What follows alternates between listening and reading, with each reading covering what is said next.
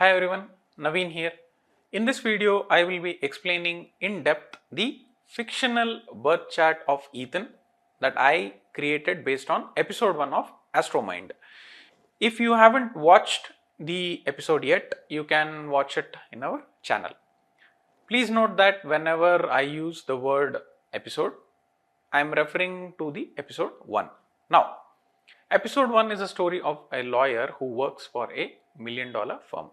All his life, he worked without ever questioning who he was defending. But everything changes when his mentor and father figure, Robert, who was also working in the same firm, dies. Now, Ethan is suddenly forced to ask what is right and what is wrong, or maybe he always knew what was right and what wasn't. His transformation truly begins after Robert's death.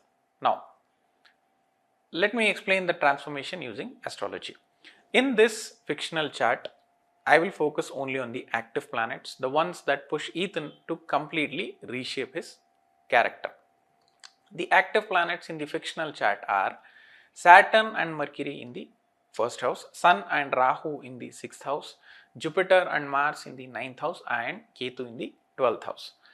This is definitely not a simple chart, and neither is Ethan's life. Coming to the first planets, Ethan is primarily influenced by a Saturn and Mercury conjunction.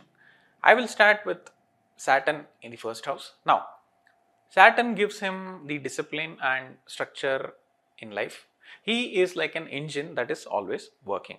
Usually, people with this placement can be very serious and have a stoic personality, as Saturn is naturally connected to the 10th house and is placed in the first house.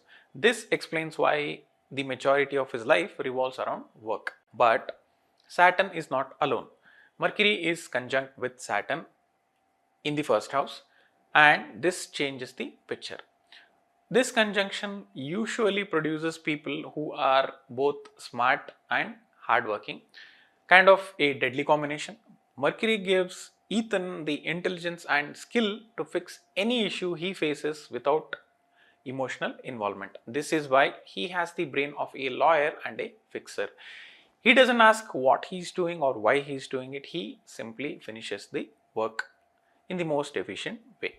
But the downside of this placement in Ethan's chart is that this conjunction can make a person work without a moral compass. Now, this is why he never questioned who he was defending or whose problems he was fixing. See, at its best, this conjunction creates people who are extremely practical and intelligent. At its worst, it can make natives stubborn or unable to look beyond the big picture. Now, let's talk about the next active planet in the chart, Sun in the 6th house. This is usually considered a strong placement for someone like Ethan who constantly faces rival lawyers. This placement is a blessing. The Sun here gives Ethan the ability to overcome obstacles in his daily life.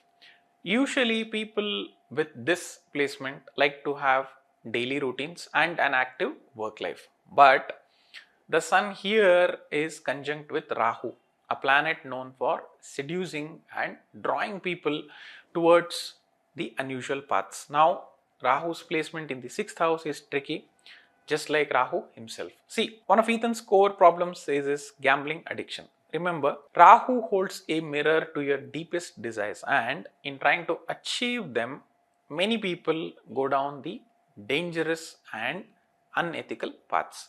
When you combine these two planets, Ethan constantly faces powerful and cunning enemies who cannot be tackled directly. The Sun gives him willpower, while Rahu challenges him by making his enemies manipulative. This is why he faces an enemy like Victor. Now, moving to the next placement, Jupiter in the 9th house. This is a very powerful placement because it's Jupiter's natural house. However, in Ethan's chart, Jupiter is weakly placed, which is why guidance always comes late.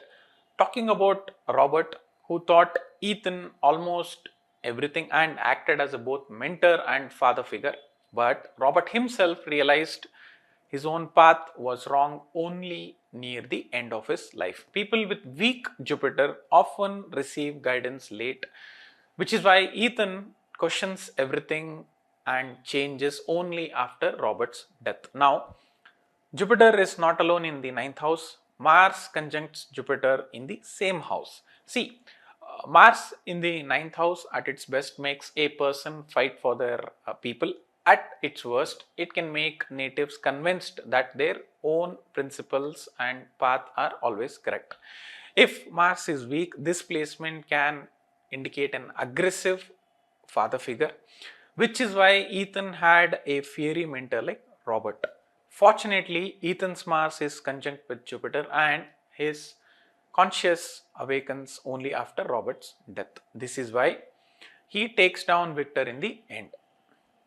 Not to be a hero, but to give meaning to his mentor's sacrifice, as Robert was trying to correct years of wrongdoing. Overall, this conjunction represents Ethan's consciousness awakening and his decision to choose the right path. Lastly, one of the most important placements in Ethan's chart is Ketu in the 12th house. If Rahu tempted Ethan towards gambling and desire, Ketu constantly made him ask the hardest questions in life, sometimes even questioning his very existence. Now, this placement is intense, and people with this placement may eventually want to move away from materialistic pursuits and seek inner peace.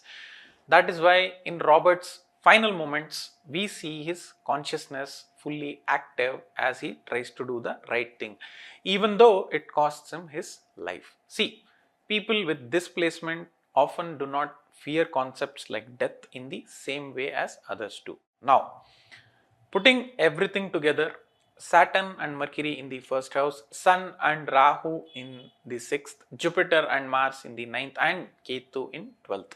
We see a man like Ethan who never questioned his life until his mentor was killed for doing the right thing.